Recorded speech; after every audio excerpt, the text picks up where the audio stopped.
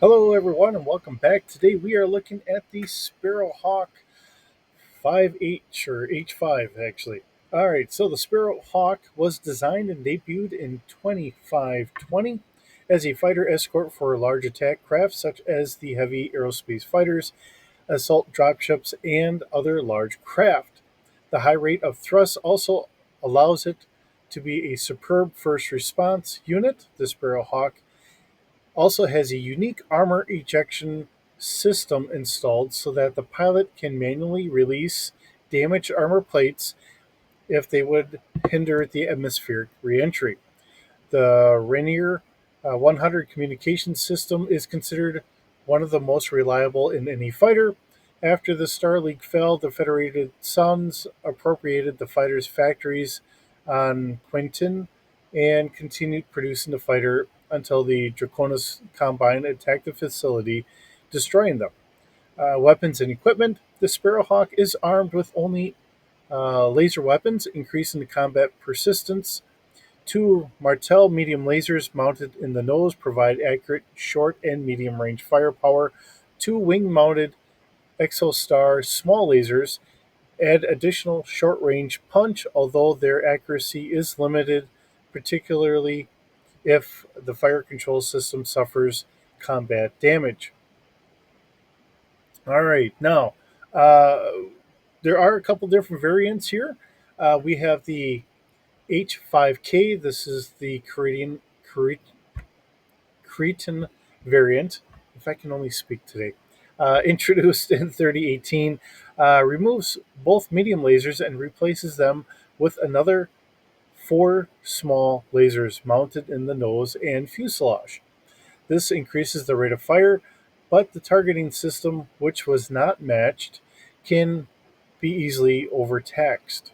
The 6D, introduced in 3051, this Star League quality variant swaps each of the original lasers with pulse versions, increasing its combat capability by over 7%.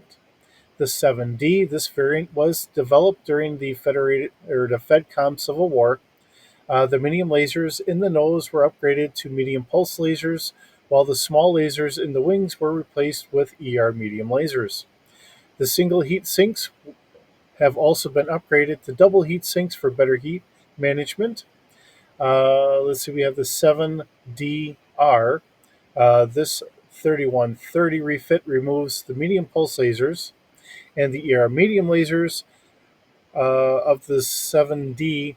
In their place, there are two nose mounted medium re engineered lasers and two small lasers on each wing. The 8H, this Davian variant, introduced in 2906, replaces both medium lasers and one small laser with one Holly SRM 2 rack and ammunition. Due to its unpopularity, it's only seen rarely in the Companion March militia. We have the DH variant. This variant of the Sparrowhawk was developed by the Outworlds Alliance in 3076 and manufactured by the Cuck Transportation Industries, carrying a primitive engine and primitive cockpit. The DH is armed with a pair of medium lasers and small lasers. Compared to the H5, the DH carries only a little more than half the armor protection. For all those faults, however, the DH is popular with mercenary forces and militia units in the Outworlds Alliance. All right. So, looking at everything we have here, this was originally done by Warner Incorporated and Jellistar Aerospace, production year of 2520. This is a light aerospace fighter for the inner sphere. It comes to us at a wonderful cost of 1,740,870 Seabills. This is a 30-ton fighter. They're giving it the structural integrity of a 10. Um, has 5 tons of fuel on board for the engine, single heat sinks, and I'm not going to worry about battle values.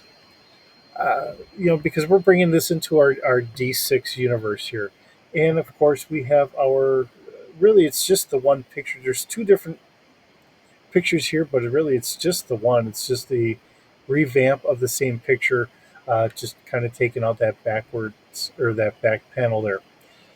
Now, if you have an old 3025, which is what I was trying to look through here, um, we have a mismatch of information because it starts off as the Sparrowhawk, and unfortunately, it goes right into the Stuka, I believe.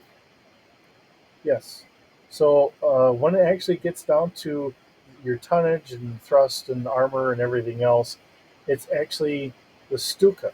So I'm kind of fumbling here a little bit, and actually, I think I have to change something real quick because when I was going off of, and I just dropped the book, when I was going for the speed and maneuverability and all that, I was basing that off of the Stuka and not off of the Sparrowhawk. So, it's just one of those glitches, and it's in the printed book. So, I think this was one of the early books before they caught it. So when we flip this over, we'll have that changed and will be nicely done. So hopefully we have everything all fixed out for our speed, our you know space and atmospheric speed in that. So otherwise, I think I have everything else done up for us nicely. So we'll get into that. All right, so looking at the Sparrowhawk, now this is at Starfighter scale, so things are going to be a little different here. I do not have the length. I really don't know how long I should make this. Now this is a smaller fighter, so just kind of keeping it at that. I just don't know the length to really throw in there, so I do apologize. Let's see, we do have a well. Okay, I saw one that I think would be comparable, so let's put down 8 meters so we have something. All right. Crew of one, passengers. There's no room for a passenger on board. Keeping our 45 kilograms of cargo capacity. We do have our full coverage. I do have the cost in here being the 1,740,870 C bills, credits, whatever we want to use. Altitude. Actually, this should be taken out on this because this is not that type of vehicle. Uh, One of the little slip ups of my own here.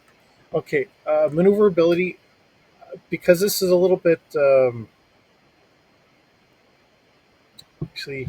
Now that I have a increased speed, because I was thinking the speed was only a 5 because of the Stuka. The maneuverability might have to be pushed up a little bit. So what we're going to do is we're going to put it up to a 3D, just winging it here. Space speed is 10.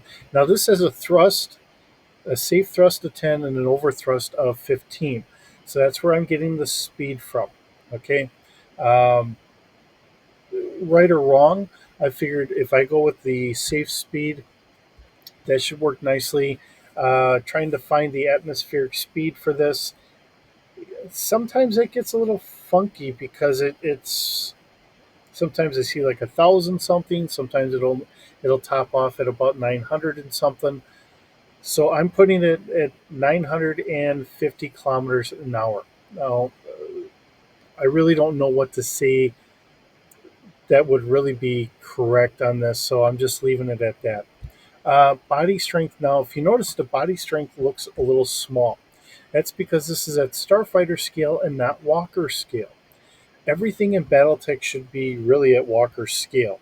But because if I'm putting this at Starfighter, I'm knocking the 2D off of there, so it's at 1D.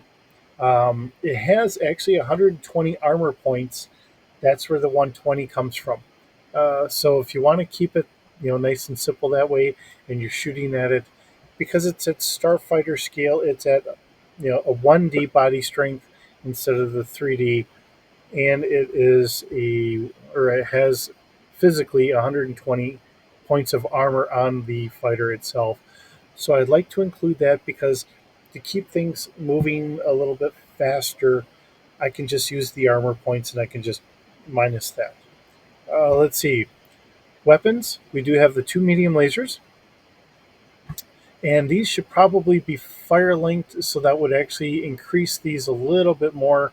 Um, I was thinking about it, but then I didn't do it. So let's get it in here now.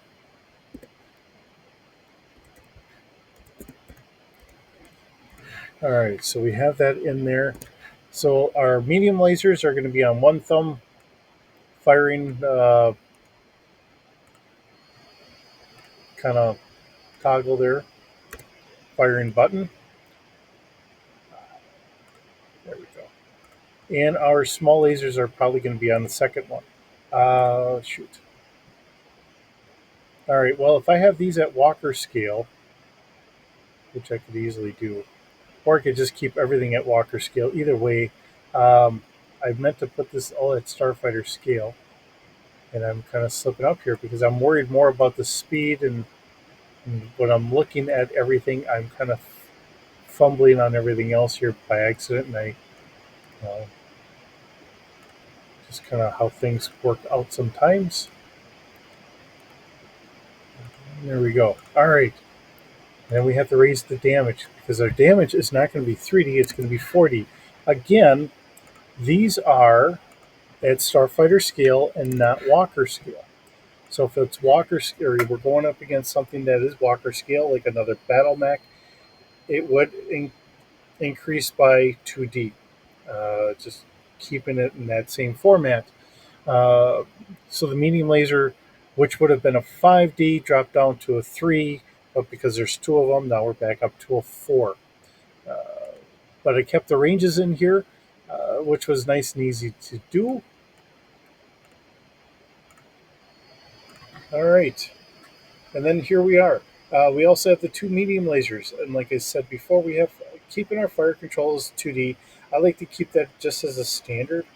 Um, and actually, the fire arc front arms, because I grabbed this off of one of the mechs because it gave me close to, and I think you guys have seen enough of this stuff where, it's, um, I'll grab something just so I can get a start for just our, scale, length, everything else.